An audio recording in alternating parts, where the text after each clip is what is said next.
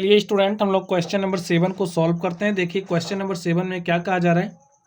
A B एक रेखाखंड है और पी इसका मध्य बिंदु है। डी और ई रेखाखंड ए बी के एक ही ओर स्थित दो बिंदु इस प्रकार हैं कि एंगल बी ए डी बराबर है एंगल ए बी ए के, और एंगल ई पी ए बराबर है एंगल डी पी बी के। देखिए आकृति 7.22। तो स्टूडेंट्स, ये हमारी आकृति 7.22 है। इसमें क्या दिखाना है, दर्शाइए कि त्रिभुज डी ए पी सर्वांगसम है ई बी पी के। तो हमारा जो डी ए पी है, डी ए पी को सर्वांगसम दिखाना है ई बी पी के, और क्या दिखाना है, ए डी बराबर बी ई। तो ये जो भुजा ए डी है वो बराबर है किसके, बी के। इतना हमें दिखाना है। तो चलिए हम लोग सॉल्व करते हैं और देखते हैं हमारा सॉल्यूशन क्या होगा। तो स्टूडेंट्स, अब आप लोग ध्यान से देखिए। सबसे पहले हम काम क्या करेंगे, जो जो हमें दिया रहता है हम लोग उसको लिख लेते हैं। देखिए दिया है,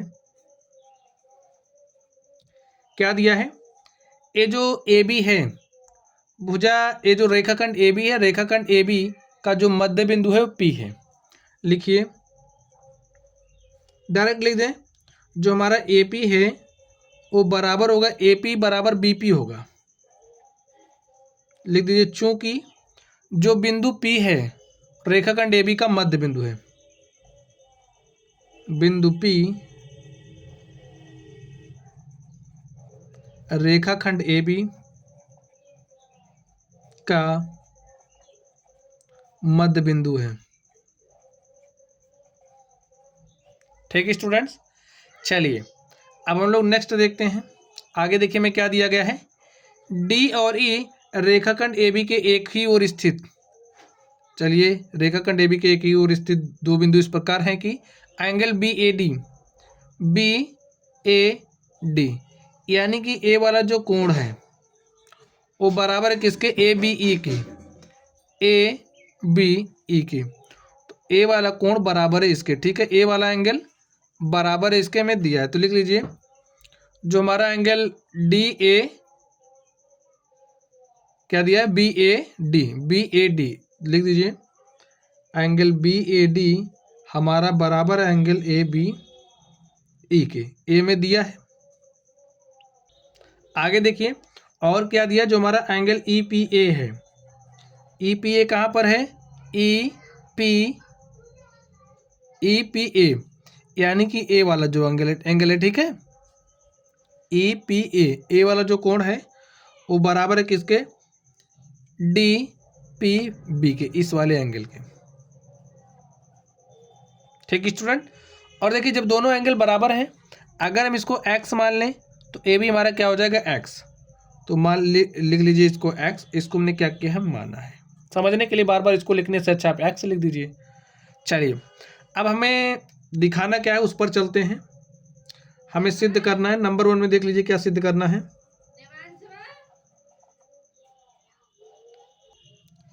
सिद्ध करना है जो हमारा त्रिभुज डी ए पी है वो सर्वांगसम है त्रिभुज ई बी पी के। चलिए प्रमाण देते हैं इसके लिए।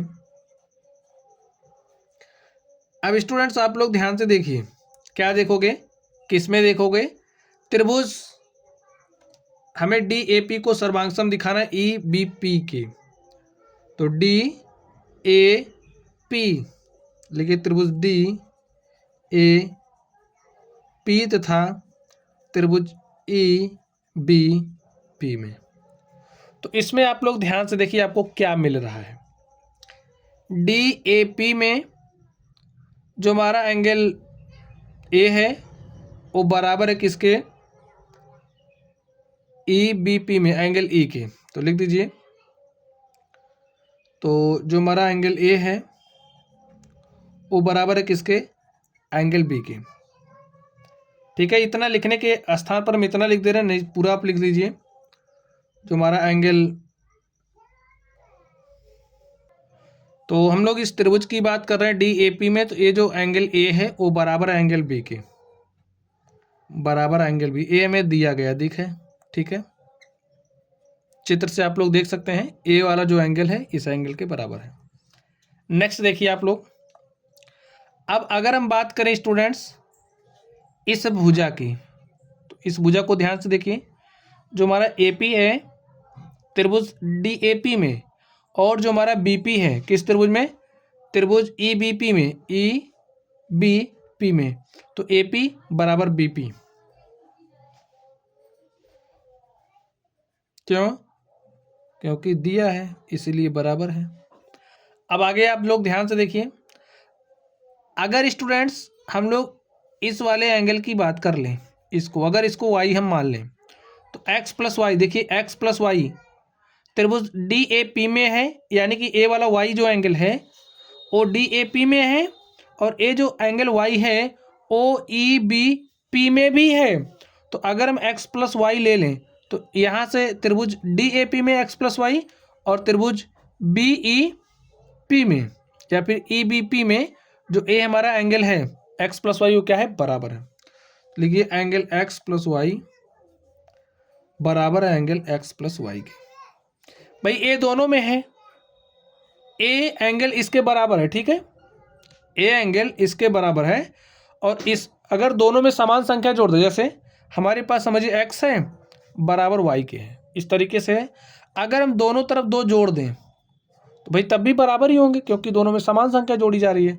जब ए एंगल इसके बराबर है तो इसको हम दोनों में जोड़ रहे हैं, तो भाई दोनों बराबर ही होंगे, तो ए हमारा बराबर हो गया। अब आप लोग ध्यान से देखिए,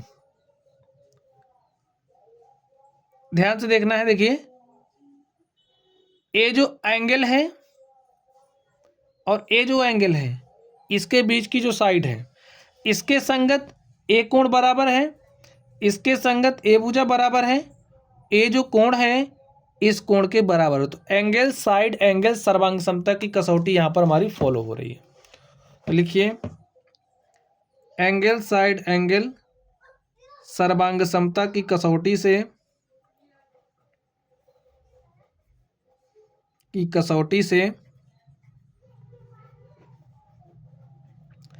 त्रिभुज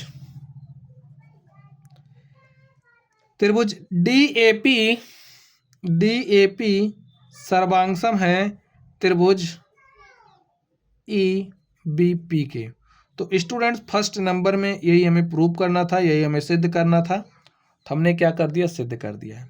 चलिए अब हम लोग दूसरे नंबर की बात कर लेते हैं। देखिए दूसरे नंबर में हमें क्या दिया गया स्टूडेंट, अगर सर्वांग समता की कसौटियों के बारे में आपको जानकारी ना हो तो वीडियो के डिस्क्रिप्शन बॉक्स में लिंक मिलेगा, आप लोग वहां से पढ़ लेना। चलिए अब हम लोग नेक्स्ट बात कर लेते हैं, ये जो हमें दिखाना है ए डी बराबर बी, ठीक है। तो चलिए अब हम लोग दूसरे नंबर की बात कर लेते हैं, ए डी बराबर बी ई।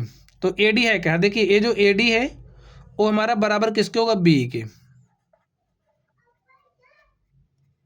अब आप कहोगे ऐसे आपने क्यों लिख दिया बराबर, तो आप लोग ध्यान से देखिए, जो हमारा त्रिभुज डी ए पी है वो सर्वांगसम है ई बी पी के। समझ गए बात, डी ए पी सर्वांगसम है ई बी पी के। तो ये जो ए डी भुजा है, ए डी के संगत कौन सी भुजा है, बी ई, इसलिए ए डी बराबर बी। क्योंकि जब दो त्रिभुज सर्वांगसम होते हैं तो सर्वांगसम त्रिभुजों के संगत भाग बराबर हो, जैसे इसके संगत ए भाग था वो बराबर हो गया, ठीक है। अब इसके संगत ए कोण था ये भी बराबर है, क्योंकि त्रिभुज सर्वांगसम है, सर्वांगसम ने सिद्ध किया है। ए भाग इसके बराबर है, तो जो ए वाला भाग है वो इसके बराबर होगा, संगत भाग बराबर होता है, ठीक है। लिखिए चूंकि सर्वांगसम त्रिभुजों के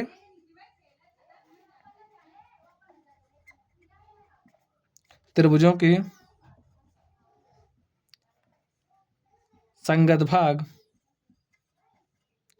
बराबर होते हैं, ठीक है स्टूडेंट्स। तो इस तरीके से जो हमारा क्वेश्चन नंबर 7 था हमने इसको सॉल्व कर लिया है। तो चलिए आप लोग पढ़ते रहिए, अगर आप लोगों को कोई भी डाउट हो तो कमेंट बॉक्स में कमेंट करना, वीडियो पसंद आए तो वीडियो को लाइक कीजिएगा, चैनल पर नए हो तो चैनल को सब्सक्राइब कर लेना। चलिए स्टूडेंट्स आप लोग पढ़ते रहिए, थैंक यू।